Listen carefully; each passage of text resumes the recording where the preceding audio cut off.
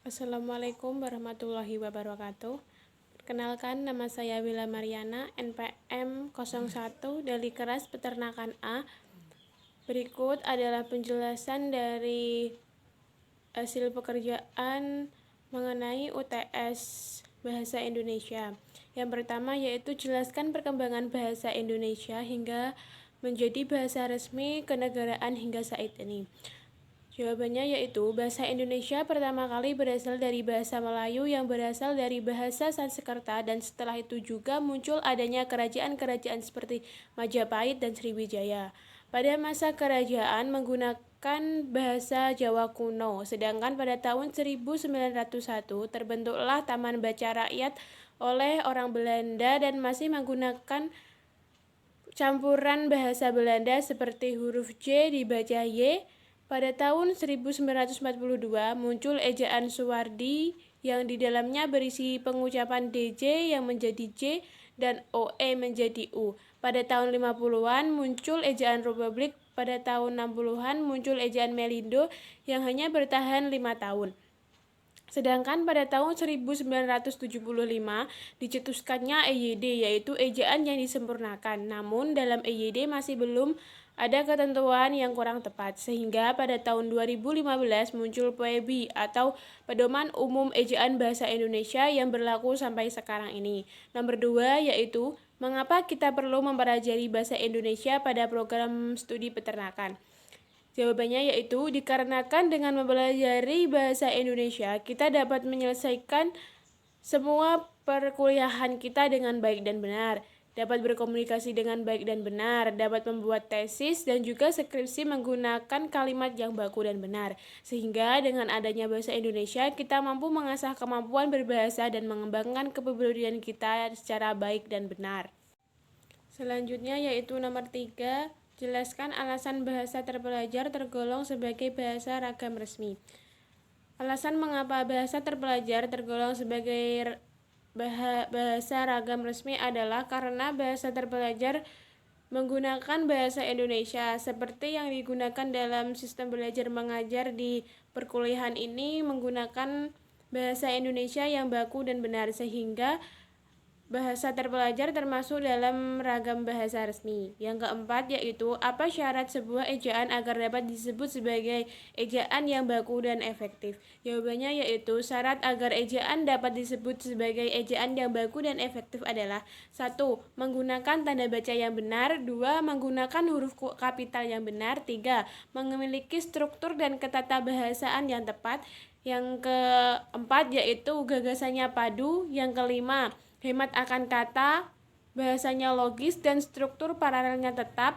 Yang keenam yaitu memiliki unsur pokok kalimat. Yang selanjutnya yaitu nomor 5. Apa yang Anda ketahui mengenai unsur serapan dalam bahasa Indonesia dan sebutkan 5 unsur serapan yang digunakan dalam bidang peternakan. Jawabannya yaitu unsur serapan adalah unsur yang berasal dari bahasa asing dan sudah ditelaah dan diintegrasikan ke bentuk bahasa yang telah diterima pemakaiannya secara umum. Contoh unsur serapan dalam bidang peternakan yaitu celowaca yang berubah menjadi cloaca, ovulation yang berubah menjadi ovulasi, hormone yang berubah menjadi hormon, enzime yang berubah menjadi enzim, embrio menggunakan Y yang berubah menjadi embrio menggunakan I. Yang keenam yaitu sebut dan jelaskan pola kalimat sempurna atau utuh dalam bahasa Indonesia. Kalimat sempurna adalah kalimat yang memiliki minimal 3 komponen, yaitu A. SPO, di mana S adalah subjek yang adalah orang yang melakukan pekerjaan, dan P adalah kata kerja, O adalah objek, yaitu yang dikenai pekerjaan. Contohnya, adik sedang makan roti. Yang kedua yaitu SPOK, di mana K adalah keterangan. Contohnya, kakak sedang main voli di lapangan belakang. Yang ketujuh yaitu jelaskan perbedaan bahasa lisan baku dan bahasa tulis baku. Bahasa lisan baku lebih efektif dan efisien, sedangkan bahasa tulisan baku menggunakan alat bantu. Bahasa lisan baku terikat dengan ruang dan waktu pembicaraan, sedangkan bahasa tulis baku terikat dengan aturan kepenulisan. Bahasa tulisan sulit dimanipulasi, sedangkan bahasa lisan mudah untuk dimanipulasi. Pengungkapan kata-kata lebih mudah pada bahasa lisan dibandingkan dengan bahasa tulisan. Kata dalam bahasa lisan bersifat sederhana, tetapi dalam bahasa tulisan lebih kaya akan kata.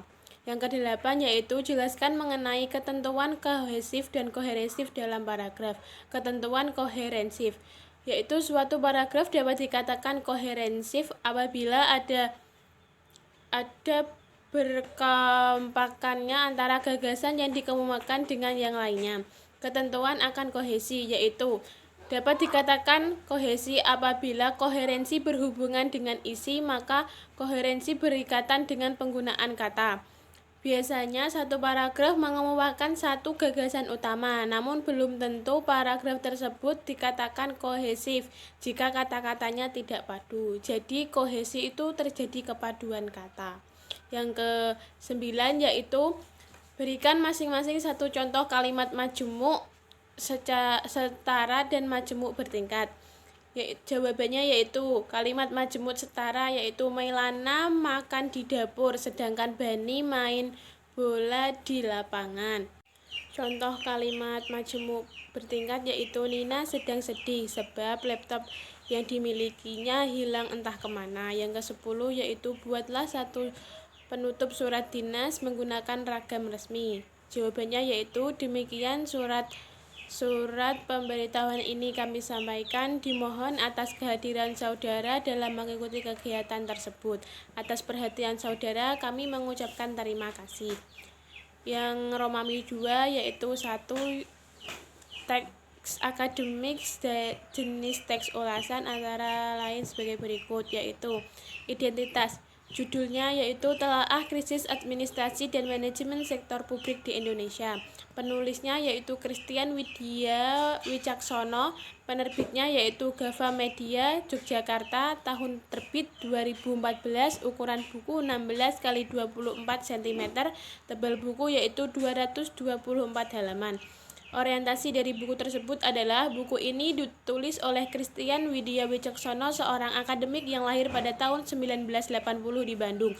Buku ini merupakan salah satu langkah kecil yang dimaksudkan untuk memberikan kontribusi bagi reformasi sektor publik di Indonesia.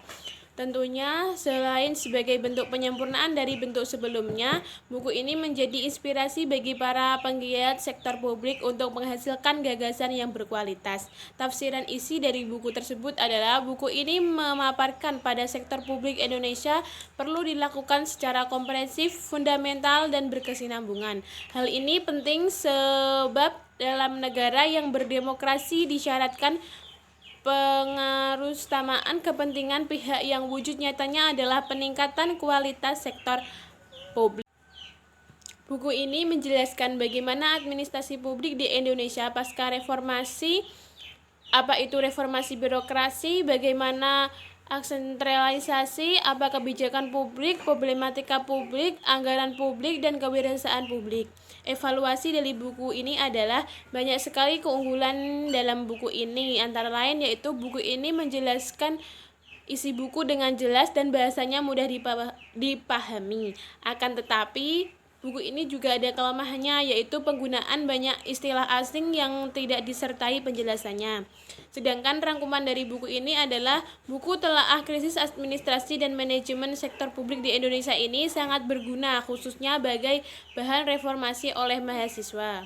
Sekian jawaban UTS Bahasa Indonesia dari saya. Apabila ada kekurangan saya mohon maaf. Wassalamualaikum warahmatullahi wabarakatuh.